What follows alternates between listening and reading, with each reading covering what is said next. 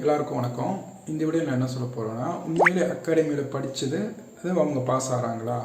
ஏன்னா ஒரு அகாடமியிலேருந்து ஒரு விளம்பரம் கொடுக்கணும்னு வைங்க, ஒரு 100 பேர் ஃபோட்டோ போட்டிருக்கானா, அந்த 100 பேர் உண்மையிலே அந்த அகாடமியில் படித்து தான் பாஸ் ஆகிருக்கானா, இல்லை அகாடமியில் படிக்காமல் செல்ஃபாக ப்ரிப்பேர் பண்ணி அவன் பாஸ் ஆகிருக்கானா? உண்மை என்ன அதை நான் இப்போ சொல்கிறேன். சரிங்களா? எப்பயுமே இந்த பெரிய அகாடமிஸ்லாம் என்ன பண்ணுவாங்கன்னா, அவங்க கொஞ்சம் ஃபெமிலியர் ஆகிறதுக்கு என்ன பண்ணுவாங்கன்னா, எக்ஸாம் வரப்போகுதுன்னா அதுக்கு ஒரு மாதத்துக்கு முன்னாடி இந்த மாதிரி ஃப்ரீ டெஸ்ட் போட போகிறேன்ட்டு ஒரு விளம்பரத்தை விடுவாங்க. சரிங்களா? நல்லா படிக்கிற என்ன பண்ணுவாங்கன்னா, இந்த மாதிரி இந்த ஃப்ரீ டெஸ்ட் பேட்சில் நம்ம ஜாயின் பண்ணி, சரி நம்ம ஒரு டெஸ்ட் இல்லை 2 டெஸ்ட்டு வைப்பாங்க, அதில் நம்ம ஜாயின் பண்ணி நம்ம போட்டு பார்ப்போம்னு நினைப்பான். சரியா? அவங்க வரும்போது என்ன சொல்லுவாங்க, உங்கள் ஆல் டிக்கெட்டையும் உங்கள் ஃபோட்டோவையும் கொண்டு வாங்கன்னு சொல்லுவான். ஸோ நம்ம பையன் என்ன பண்ணுவான், எக்ஸாம் நேரத்தில் ப்ரெஷர் இருக்கும், அந்த ப்ரெஷரை நம்ம இப்போயே ஒரு டெஸ்ட் 2 டெஸ்ட் எழுதி பார்த்து அதை ஓகே நமக்கு வருதா இல்லையான்னு நம்ம செக் பண்ணிவிட்டு நம்ம ஆள் எழுத போவான்.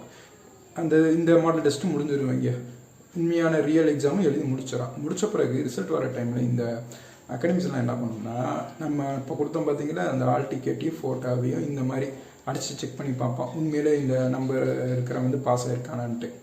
ஸோ பாஸ் ஆகிருந்தானா அவன் என்ன பண்ணிடுவான், இந்த மாதிரி இவர் எங்கள் அகாடமி தான் படித்து பாஸ் ஆனாங்கன்ட்டு ஃப்ளெக்ஸ் அடிச்சிடுறது.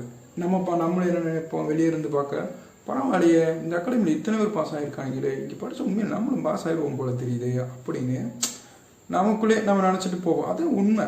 ஏன்னா வெளியே இருந்து பார்க்குறவங்க நமக்கு ஒன்றும் தெரியாது, உண்மையிலே அங்கே தான் அவன் படித்து பாஸ் ஆகிருக்கானா இல்லையான்னு நமக்கு தெரியாது, கூட இருந்தால் மட்டும்தான் தெரியும். ஸோ வெளிப்புறத்துலேருந்து பார்க்கும்போது யாரையும் முழுசாக நம்ப வேணாம். அகாடமிங்கிறது சும்மா இப்போ படிக்கிறதுக்கு ரூட் சொல்கிற மாதிரி தான், நீ அங்கே போப்பா இங்கே போப்பா, அங்கே போனேன்னா அது கிடைக்கும்ப்பா அப்படின்னு ஒரு ரூட் சொல்கிற மாதிரி தான். சரிங்களா? உங்களை கைப்பிடிச்சு கூப்பிட்டு உங்களை பாஸ் ஆகலாம் அவ்வளோ அப்படின்னு கனவாக காணாதீங்க. நீங்களாக சிரமம் எடுத்து நீங்களாக ஃபுல் ஃபோக்கஸ்டாக உட்காந்து படித்தா மட்டும்தான் நீங்கள் பாஸ் ஆக முடியும். ஓகேவா? அதனால் அகாடமியை ஃபுல் அண்ட் ஃபுல் நம்ப வேணாம். அதுலேயும் சில அகாடமிஸ் இருக்குது. சில அகாடமியை பொறுத்த வரைக்கும் எடுத்துக்கிட்டு சொல்கிறேன், சுரேஷ் அகாடமியை பொறுத்த வரைக்கும் நல்லா சொல்லிக் கொடுக்குறது எல்லா அகாடமியும் தான் நல்லா தான் சொல்லிக் கொடுக்குறான்.